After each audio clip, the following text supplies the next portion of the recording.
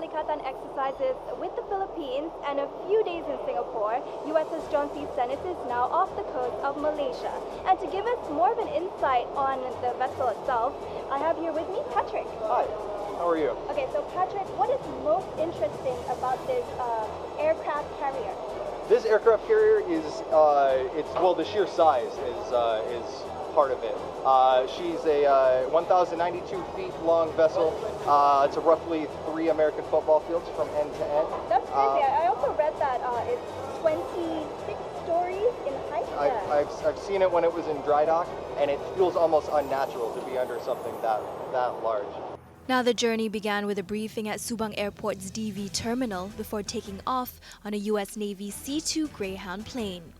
The flight crew told the group, comprising a 22 visitor delegation, that we were quite lucky, as in a few years the Navy would cease using these twin-engine aircraft, which were first manufactured in the 1960s. We arrived in the South China Sea an hour later, 220 kilometers off Malaysia's east coast, thanks to a pretty intense arrested landing, which isn't for the faint-hearted. The plane goes from about 260 kilometers per hour to an abrupt stop within 100 meters.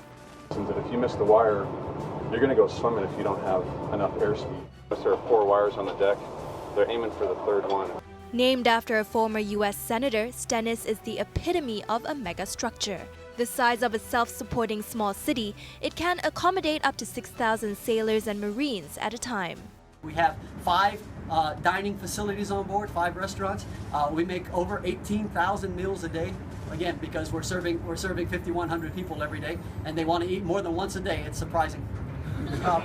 We are designed to operate for 7, 8, 9 months away from home, and we must be self-sufficient. Following deployment from Stennis' home port of Bremerton in Washington, the nuclear-powered Nimitz-class aircraft carrier is currently flanked by 2 destroyers, a cruiser, and a replenishment oiler. 5 of my ships are with me here as I deploy. 8 squadrons are mostly F-18s and Helos and an E-2 that provides command and control. All total, we have about 8,900 people in the group.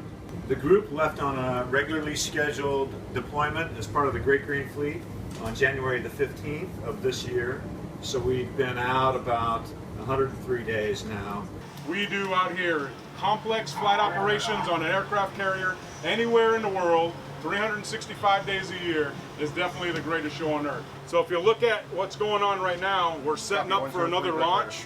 The aircraft that are off the Ouija board over here on this side are all flying a mission right now. Stennis, which has a total of 65 aircraft on board, has been conducting patrols in the South China Sea. During its patrols through the disputed resource-rich sea, the vessel had previously been followed by Chinese warships. So at this time, we don't have any Chinese ships in our vicinity, but we expect as we travel further north that we'll probably see some Chinese ships again. So most of our deployment, we've had a Chinese ship kind of traveling around in our vicinity. And so we will communicate with any Chinese ships that are following us just to tell them which way we're turning and how fast we're going. China claims most of the South China Sea, but has vehemently rubbish allegations it's militarizing the region, pointing to Stennis' patrols as evidence the U.S. is to blame for increased tensions. At this point in time, the strike group is still in the South China Sea. But following China's refusal for the Hong Kong port call, there's still no word on the vessel's next destination.